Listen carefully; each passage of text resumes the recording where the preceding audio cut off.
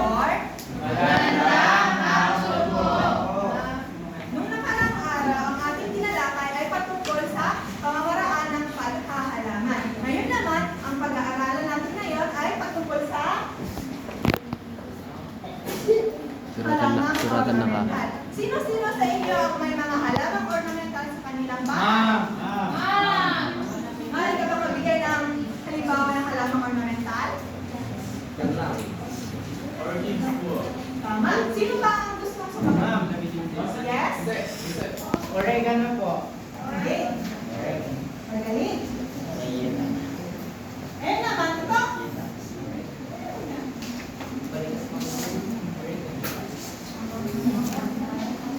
Ang halamang ornamental ay, pakibasa mga bata. Ito ay mga tanim na ginagamit na palagutin sa mga tahanan, paaralan, hotel, restaurant, parke, at mga lansangan. Gaya ng mga halamang bulaklaki, halamang baging, at halamang palumbo. Mga halamang hindi namumulaklak at mga halamang medisina. Ngayon, meron tayong 5 uri ng halamang ornamental. Ang una ay ang halamang baging. Ang pangalawa ay, pakibasa. Halamang medisina. Pangatlo. Halamang palumbo. Pangapat. Halamang namumulaklak. Panglima. Halamang di namumulaklak. Unahin natin ang halamang baging. Maaari bang pakibasa?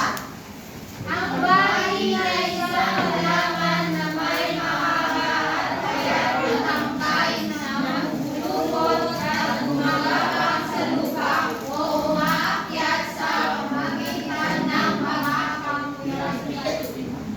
Ang halamang baging ay ang mga halamang ornamental na may pumulupot at gumagapang sa sanga ng puno or yung mga ugat nila ang pumulupot sa mga sanga.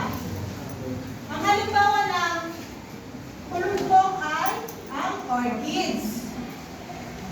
Mari ba kayo magbigay ng halimbawa ba ng palumpong? Halamang baging?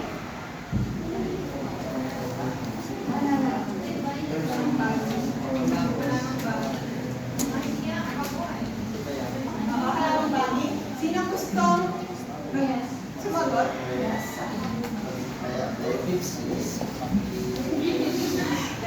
Sino ba? Yes, yes. Dapo, ma'am. Dapon. Tama. Yan naman ako tayo sa susunod. Ang halamang medicinal. Pakibasa? Ito ay mga halamang ginagamit sa alternatibong karamdaman, panggamot sa mga iba't ibang karamdaman. Ang halamang medicinal ay ginagamit natin para sa ating karamdaman, para sa panlunas ng ating mga karamdaman. Ang halimbawa ng halamang medicinal ay ang gamot. Gamot ito sa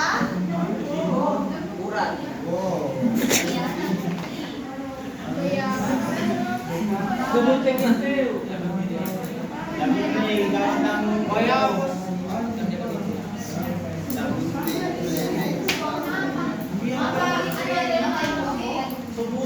Agad na pagbalong. Yan, ma'am. ang pangalawa naman ay ang Dahon ng bayagan. gamot ito sa sino gusto magbigay ng halimbawa ng mga halamang medicinal? Yes, Arnel? Oregano po. Tawa-tawa. Ano ang gamot ng halamang oregano? Gamot po sa ulo. Sino ba ang gustong magbigay ng halimbawa? Yes, Joseph? Oregano.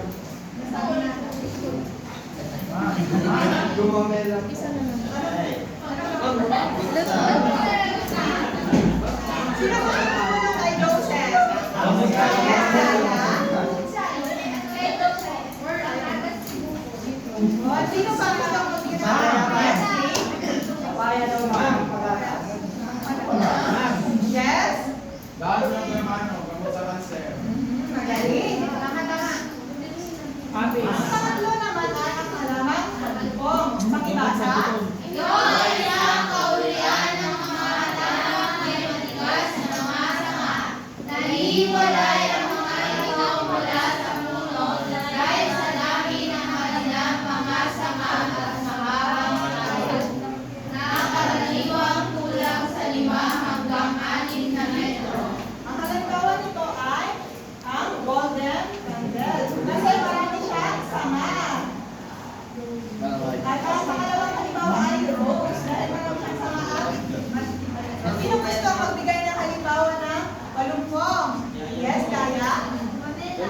Pamela. Sino pa? Yes, Miles? Hindi niya po. Sino pa? Yes, okay. Yellow bush po.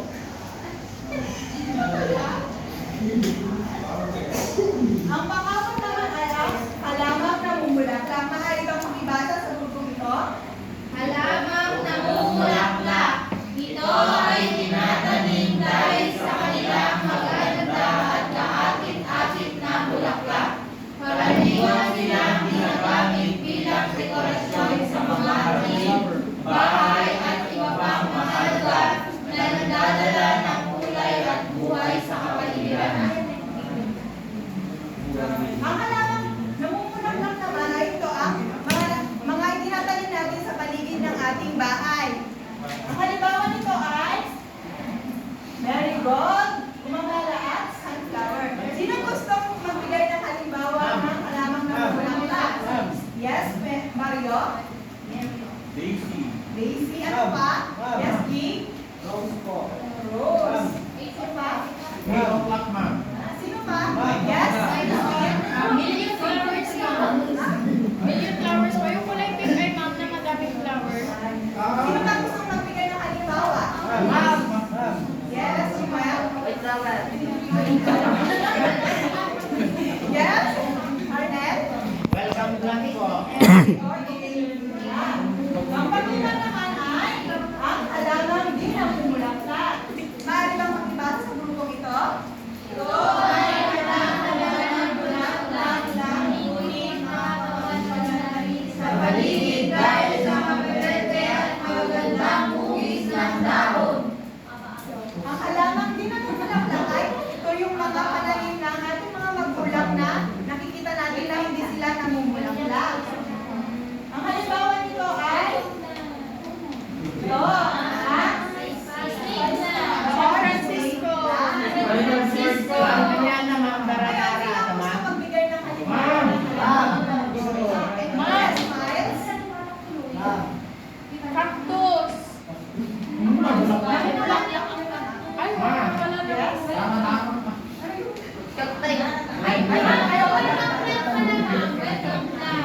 Millionaire plant. Hindi po. Yung parang ma'am. Yes, Joseph?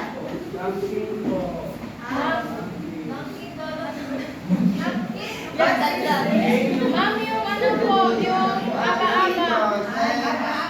Ang ganda. Yung aba-aba po.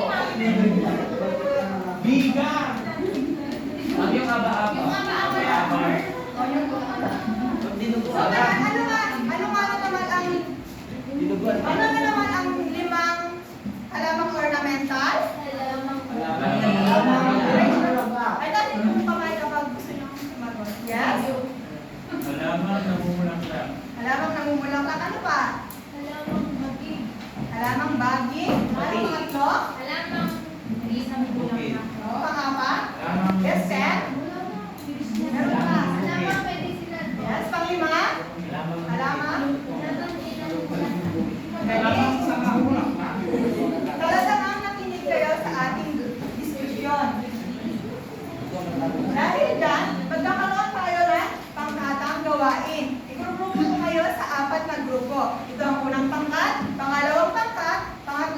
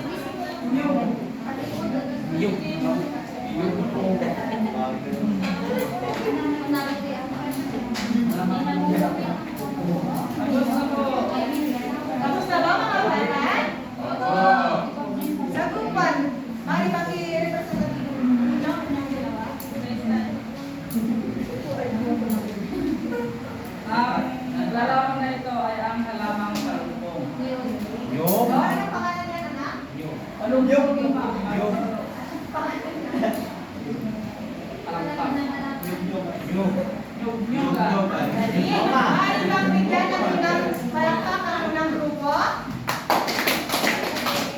Alright. Sa pangalawang grupo naman.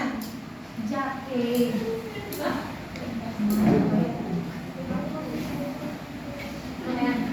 Ito ay kaktus sa lamang namumulaklak. Tama. Namumulaklak Magaling. po. Maaari bang bigyan natin ng limang bagsak? Yes, group 3. Puso. Ito ay halamang medicinal.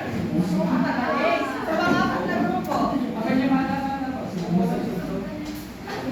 The boys and flower, halamang mamumulaklak. Ngayon naman ay magkakaroon tayo ng pink activity. Oh. At humanap kayo ng inyong kapareha para sagutan ito. Maaari bang pakibasa ang ating panutot? Isulat sa patlang ang tamang sagot. Isulat ito sa malinis na papel. Ibigyan ko kayo ng 10 minuto para sagutan ito. Tapos na po. Tapos na ba? Maaari na kayong makipagsalitan ng inyong papel sa inyong katabi. Tapos na ba? Yes, ma'am. At atin nang iwasto ang inyong mga sagot. Sa unang bilang, sino ang gustong sumagot? Yes, Christine? Ito ay halamang may mahahaba at payat na tangkay na pumupulupot sa pamamagitan ng mga Pangkuya. pangkuyapi. Lamang? Halamang baging, ma'am. Tama. Lamang baging. Sa pangalawa, bilang, sino ang gustong sumagot? Yes? Ito ay sa uri ng halamang ornamental na nagkakaroon ng iba't ibang bulaklak. Halamang namumulaklak. Tama. Lamang namumulaklak. Sa pangatlong bilang, sino ang gustong sumagot? Yes, Ten? Ito ay isang uri ng halamang ornamental na walang bulaklak. Halamang din ang bulaklak. Tama. Lamang hindi namumulaklak. Sa pangapat na bilang, sino ang gustong sumagot? Yes? Jake?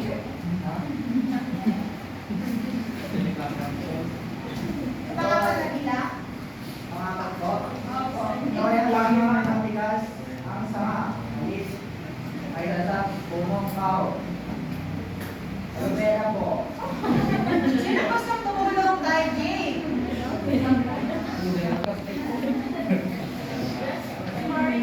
Yes?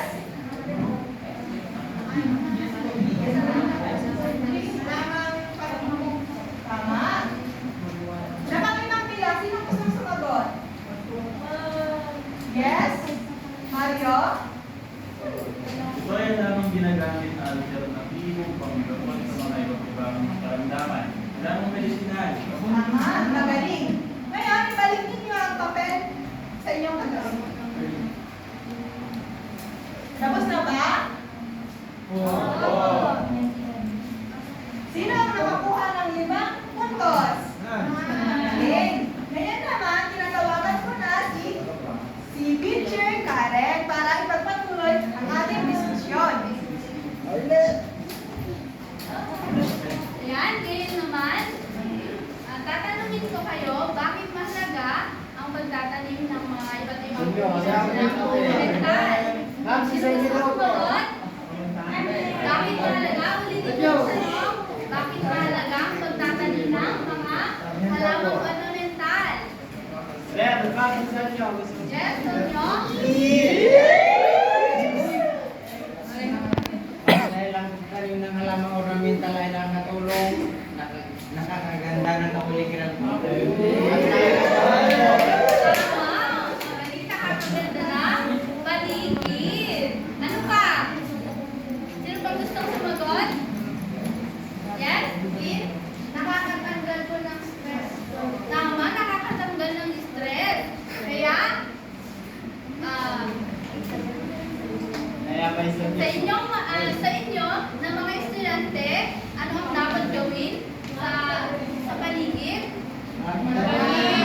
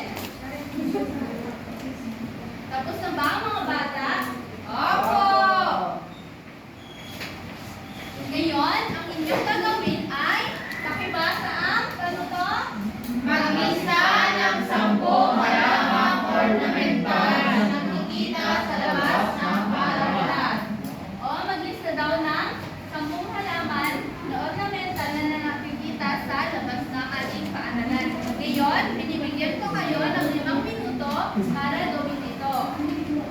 Tayo'y lumabas. Tayo tumayo at lumabas. Bakit na? O, ngayon mga bata, pumasok na kayo. Pumasok na kayo.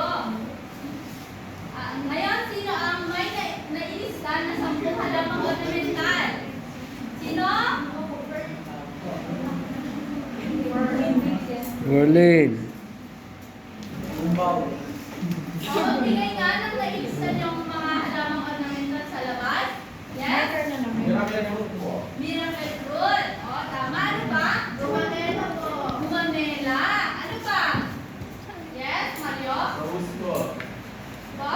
Rose. Rose. Ano ba? Yes? Danglang. Danglang.